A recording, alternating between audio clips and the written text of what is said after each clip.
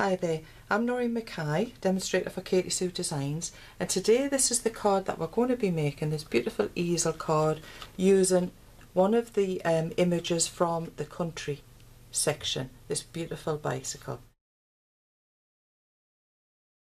Part of our country range, this is the bicycle range. In this pack you get 6 of this exquisite design, but I just want to show you how they can come alive literally by sprinkling a little bit of an imagination in the form of Floursoft.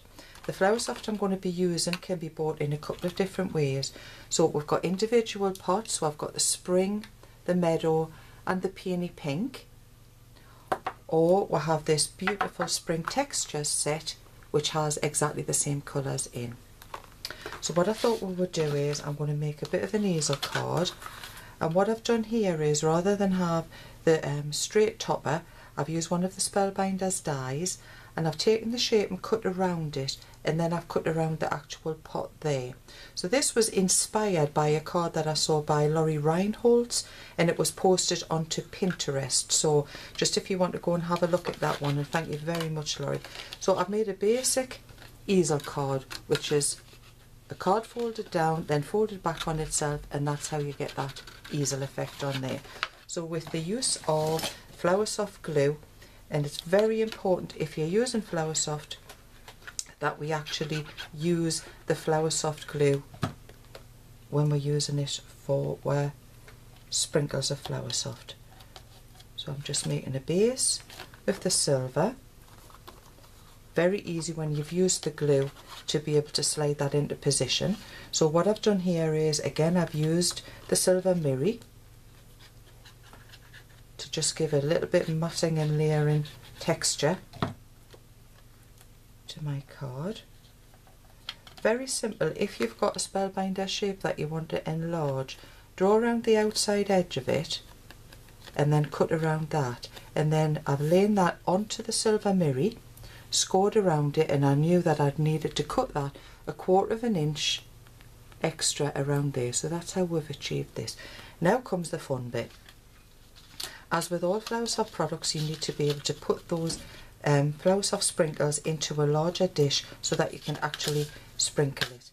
It's really important when you're using it that you use this glue, and you do it in small sections of tiny little dabs of glue. So I'm going to be using, first of all, the meadow. So where there's flowers, you can see that I'm going around those flowers and putting tiny little dabs of glue on there. So then all that you need to do is just drop your Floursoft over the top of your wet glue area, tap off the excess, and you can see we've got instant foliage. Look at the dimension that you can achieve on that card. Very, very simple and effective to do. You don't have to worry about whether or not you're going to be waiting for this colour to dry, because as long as we're going over and around the original colour, our next colour of Floursoft, now shall I use the peony, shall I use the spring? I'll use the spring. Because it's only going to stick to fresh glue, then there's no problem in being able to create that kind of texture time after time, so there's no drying time in between. What I would say is, if you're using a large area, if you want to cover a large area, still do it in very small sections, because the glue dots are so tiny that you want to be able to get this Floursoft onto the glue before it has a chance to dry. So you're able to create this lovely texture which is unlike any other medium that you're going to use. The thing that I find some people do is to actually put way too much on, so be quite sparing in your use of your Floursoft. If you want to have any more on, then obviously you can, and you can go over it, but it just needs to have a bit of a delicate touch. And again, I'm going to have some of the spring to finish off this card.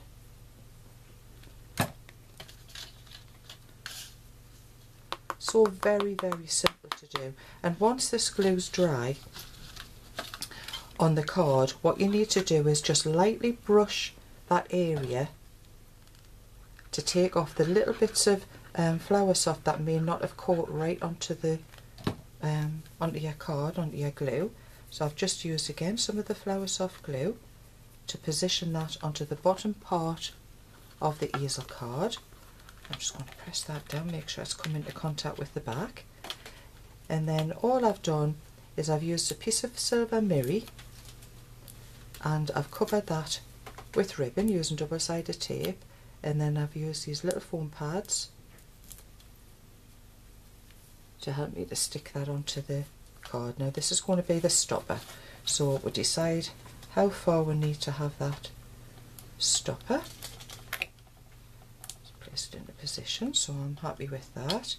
And then I've made a little bow, and again you could use your gels or your foam pads to place your bow into position. I haven't placed a sentiment on there because I want you to be able to imagine that you could say happy birthday, thinking of you, get well soon, whatever it is that you want to say. And this is the card finished very, very simply. I hope you've enjoyed that and that you're going to come back again to take another look at other videos.